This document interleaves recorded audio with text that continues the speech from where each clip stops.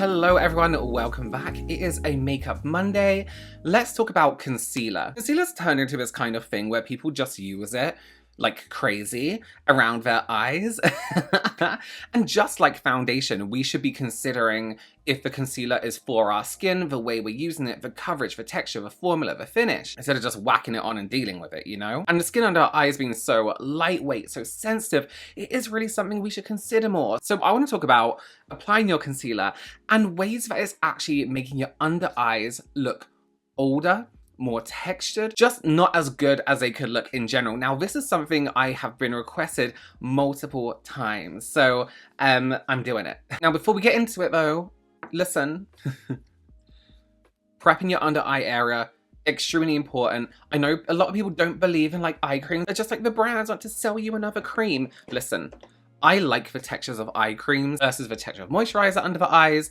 For makeup, eye creams come in like some nicer gel formulas, so please do use an eye cream under your eye, an eye primer if you have one, something like that. The key to under eyes not creasing is hydration, not the powder. We'll talk about that later. So if your under eyes are extremely dry, you want to go for something a little bit more nourishing, a little bit more hydrating. Shiseido sent me this recently, the Benefiance Wrinkle Smoothing Eye Cream. And let me tell you, this is rich. So if you do have really dry under eyes, perhaps they kind of like crease when you're not even wearing makeup, or perhaps they look dry and textured. Something like this, it kind of holds this moisture, this shine, and this glow on the skin majority of the day. I put it on and it really held this, like, can you see this kind of like wet-ish glow to the skin even when blended in? If you're not someone who has super dry eyelids and you just want to have very balanced hydration under eyes, this is a Ulla Henriksen, oh my god, my speech today, Banana Bright Eye Cream. It looks like I'm being really rough on my eyes, but I'm not, I promise. You should tap, really. This is a really great eye cream. I really liked this, and I constantly try to speak about it on camera because it does have this bright and effective eye, but it never showed up on camera. So I was like, what's the point in me talking about it when you can't actually see the effect? I mentioned a lot of times that I really liked it, but I couldn't sit and be like, look how amazing it looks, when on camera, it just didn't look like it did everything. So I don't know if you can see the obvious difference between the two. This is obviously hydrated. This still has more of this like glow to it, even if you keep tapping. So depending on how much moisture your skin needs in that area, go for either one. Let's talk about things you could be doing around your eye area that are mistakes that you can easily fix, right? And think about your eyes, the skin under the eyes, and you know. The first one in general is using too much product. As I mentioned, if you're using loads and loads of product under the eyes, and let me just say something, everyone's gonna be like, yeah, but it's okay if you're like 12. Even the young ones have... If you're using too much product, I always describe it as, imagine you have like a curtain, right? And the curtain in this example is your under eyes. You have a curtain and then you just hang a bowling ball off it. Those creases that you get in that curtain is technically what's happening under the eyes. That's a terrible example, but you know what I mean. So if you go in with too much product, especially if it's a product that is mattifying, or it's a matte finish, or it's a full coverage, eventually you're going to get these really horrible, creasy, crepey under eyes. And although we are all different when it comes to, you know, how much we need to apply, darkness around our eyes, what have you, one thing we do all have in common is the how fine the skin is under the eye. You can already see it's like a little bit crepey in this area, and that's just from applying product. I haven't done anything yet. I haven't put powder on, nothing like that. I would actually start a little bit further out than where we're really trying to cover. So I would tap, usually I would actually really use my fingers, but I just want to show in this example the two things I'm doing. So I would tap and then bring it more towards the eye as I go. It's so much better to start off minimal product and then go in with more coverage. So you see, I haven't even taken it right up to my eye yet. I'm making sure that I'm getting all down here first, in this inside corner and outside corner, because that's where we tend to like hold blood a bit more. Hold blood, that sounds terrible, you know what I mean. The blood is more visible because the skin is so thin. And that's usually what we're seeing, like discoloration, the blood through our eyes. Not blood in the skin. And then I'm gonna like look up and then just gently tap in some more product and really warm it up with your finger. That's why I like using fingers so much on around the eye area. This is a beautiful concealer. This is the Collection Ultra Cover Concealer. Really, really nice. Okay, so this is a side with a minimal amount of concealer, and then this is a side with more. Can you see? And the coverage doesn't look that different, but this just has this like creepiness to it. Let's add a bit of powder, and I'm only going to add a small amount. I'm going to use this brush. This is Melissa Jade and HF Cosmetics. Really beautiful brush. Look at that tip for concealer. Just tap. Beautiful. So a little bit to the side where we've put loads. A little bit to the side where we've done a little. Now, obviously, when you dry out the under eye area, it does look a little bit drier. So perhaps you will get like a few lines, but not as much as in comparison to this, which is just now this dry. When I move my face, it's going to be crispy and dry. Whereas this side looks a little bit more normal. And that's not saying you can't do a full coverage under eye. Just build up that product gradually. And then you'll see you don't need as much as this. Okay, let's talk under eye color, right? I think a lot of people, when they see they have darker circles, they automatically go in with something lighter because they think it's gonna brighten, but you kind of get that gray tone. So something that can really fuck up, oh, that's my thing, really fuck up your under eyes is a shade that's too light. It doesn't mean you can't use a shade lighter, but I'll show you how to do that properly. So this one is too light for me, but there's still very much a way to use this. So it's very light. It's fine. It doesn't look crazy terrible, but it isn't giving that brightening effect I would like if I was to use a lighter concealer. I'm gonna grab another one of these, the collection. This isn't an ad for them, by the way. I just have the concealers in front of me because I am doing an ad for them, but I really like the product. So I'm taking a concealer. I don't know if you can see. It's kind of in line with my skin tone. Now, if you had very, very dark under eyes, you don't need to go for a color corrector. Go for a darker concealer. You can literally take a concealer that's like dark for your skin tone, right? And then just put it on those discolored areas, like the tiniest amount. I'll show you. I'll just do a little bit on the back of my hand. And then just brush it over the darker areas. Because if it's darker than your skin tone, more than likely it's gonna show up a little bit orangey on your skin, right? Like a darker foundation. When you put a darker foundation on, it's not actually orange, but we say, oh, that looks kind of orange.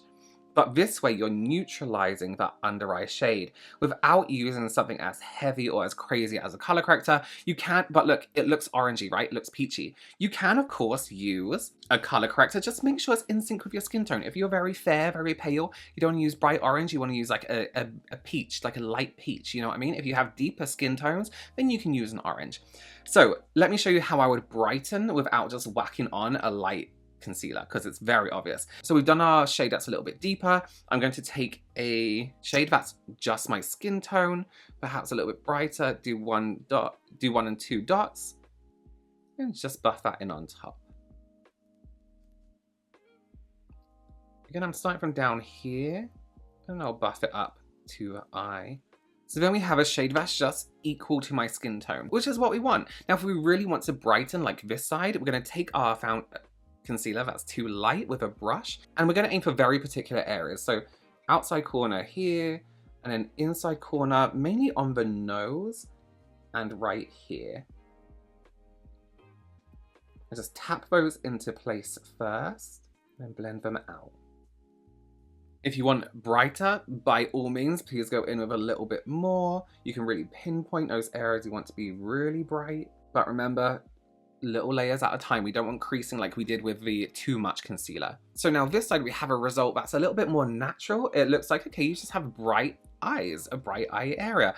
Whereas this side, we just have a light concealer that's kind of like your skin shows through. If my eyes were darker underneath the eyes, this would look terrible. It would look gray. It would look just wash out. Whereas this is more neutral to my skin tone. It looks brighter, it looks healthier. Okay, let's talk about it. Let's talk about baking. If you've been watching my videos for a really long time, you know how much I despise baking. I think it looks terrible. I've seen people who bake in real life, and I'm sorry, I think it looks awful. Online, it looks like you have like this gray mist just over your face. I think it looks really, really terrible. I just have to be honest. And I also think it's something off this time where it's not a new technique at all, but it's very much commonplace now in everyday life. It used to be theatre, you know, things like that. But now it's like, you know, people do it, makeup artists do it to people at their weddings, and you can see it. And I think it's going to be like looking back at pictures of, you know, your parents getting married in the 80s. or 90s and seen like the blue eyeshadow and the you know what I mean? It's very much that thing where you look back and be like, what was everyone doing? Some people do it worse than others. Some people do it borderline acceptable. I just fucking hate it. Here's why. Again, I believe in longevity coming from hydration off the area, not the rest of the face, just the under eye. I think that's really, really key. So I've used the more hydrating cream under the eye and really pushed that in, just so I'm not like purposefully drying out my under eyes. I'm gonna do my concealer a little bit more than I would usually do, because that's when people quite often bake, is when they've done like a lot of concealer. Which again, I showed you this pretty much at the beginning, what happens when you put loads of powder on top of loads of concealer. And listen, there's a science behind it as to why it may look good on camera, in terms of mattifying and how light works, but in real life, it's a strange one. Let me tell you, being in England as well, where our makeup has very much a certain style, the way people do their makeup. For like nights out or events and stuff like that. I don't know what I was saying, but you get what I was saying. I see it a lot. And it's even worse when people get a really bad color for them, or they're using a powder. This pink powder stuff, it's not for everyone, I'll tell you that. Okay, so really nice, hydrated, smooth under eyes. This is how I would like my under eyes to be. Just like this. I'll do the rest of my makeup, I'll do the rest of my makeup, give it a few minutes, let it crease if it needs to a little bit, and then go in and tap, or give it a little brush out, and then I would lightly dust some powder on top. I'm gonna bake one under eye, and I'll leave the other one, and I'm using a product specifically made for baking, the Huda Beauty Easy Bake Cherry Blossom Cake. Now listen, these aren't bad powders at all. I actually really like them. For my under eye, for my face, I just wouldn't choose to do that physical baking thing, right? If you've been here on my channel a really long time, you know how I would bring up baking in almost every single video, because I hated it so much. So I'm packing on the powder, and I'm actually even going to pack some off. We'll just let that sit for a moment. Now, on camera, does this look beautifully smooth? Sure it does, because it's mattifying, right? What does matte textures do with light? It absorbs, right? So you can't make out any detail. Whereas with a shiny texture, it bounces off light, so you can see more detail on camera. In real life, you can still very much see texture, everything like that. I'm gonna give it a few minutes. On the other side, I'm gonna use the same powder, but I'm gonna use a minimal amount. So I'm gonna take a bit on a brush, I'm just gonna tap excess off. And we're still gonna kind of push a little bit, but not like we're not setting baking, you know what I mean? So with a eyeshadow blending brush, I'm just gonna tap that into the under eye area and really only where my eyeshadow, what is wrong with me today? My, what's it called? Concealer would crease, right? And a little bit just around like this hollow area off my eye. And I'll show you right now on my phone, just so you can see the creasing effect the baking side is already having. Look at all those lines under the eyes. And look at this one. It's definitely a lot smoother. You can see like one line. This is wild because it's dry. Imagine putting down something hydrating, right? Imagine just doing a layer of concealer on your hand, blending it in properly, and then just putting loads of and then pushing powder into it. The powder's gonna almost absorb that moisture from the concealer and almost like curdle it a little bit. Okay, let's brush up this bake. Okay, so I want you to look on camera and see, it may look smooth, right? It may look a little bit smoother. And then I'm gonna show you on my phone, and I'm gonna go to a real light. Okay, non-baked side, but still powder, still set. Look at those capillaries on my nose. Baked side. Can you see this? I can literally count the extra lines that it's given me underneath the eye. Now listen, if your goal is just to look good on camera, then great. But please don't take this into the real world and think I need to bake. A tiny amount of powder is more than enough. This is only going to worsen throughout the day. Your makeup doesn't get better throughout the day. You know what I mean? So if we have those like lines there now, it's so dry as well. It's just horrifically dry. Whereas I can still feel my concealer there. You know what I mean? It's nicer. It's not going to get any better, right? I don't think I can take off my concealer and my eyes are going to fall out. I had to remove that baking side because it felt so horrible. Let's talk about positioning very quickly. Now, if you tend to have crow's feet in this area here, where it becomes a little bit more, you know, a bit more movement when you smile, or even in here, like me, I get a lot of movement in there. You want to use less product on that area. doesn't mean you can't use any product, but it means you want to use less. And you want to blend it properly. And another thing a lot of people do, well, let me find one second. They'll spray it with like a hydrating mist. And then momentarily, it's going to give you a bit more moisture, right? Which shows us what? That dryness causes creases. But eventually that's gonna, you know, mattify, and it's gonna be exactly the same situation. And there's kind of no point in concealer, powder, and then wetting that powder if you're trying to set an area that's specifically fragile. One final thing, do not take foundation under your eyes. Here's the deal. You could use a little bit of foundation if that's all you're doing that day. A bit of tinted moisturizer, a bit of whatever, but don't use too much. Concealer is obviously heavier than foundations a lot of the time because they conceal, they're meant to be.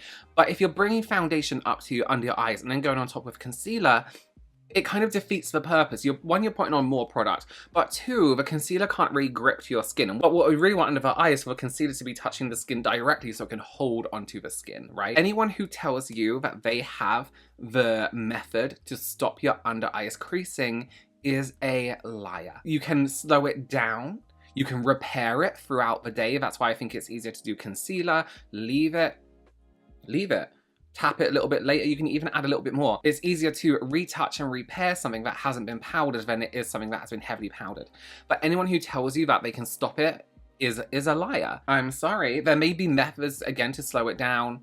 Moisture, of course, the way you use your powder, the way you apply your powder, the way you apply your concealer can make it happen less. Looking up and tapping it in, causing it to crease and then tapping it in, yes, it will all slow it down. But to say an area of your face that has a lot of movement, a lot of whatever, that's a very fine area of skin, will never crease, is a lie. Makeup cannot stop your skin from moving and being and doing. It's like if I put loads of foundation on my elbow and it's like, oh no, now I can't bend my elbow. Like, that's not how makeup works, right? It can't stop your skin from moving. It can't stop your face from moving. It can't stretch out your skin. Imagine if we had a concealer that did this. I'll be wearing it all the time.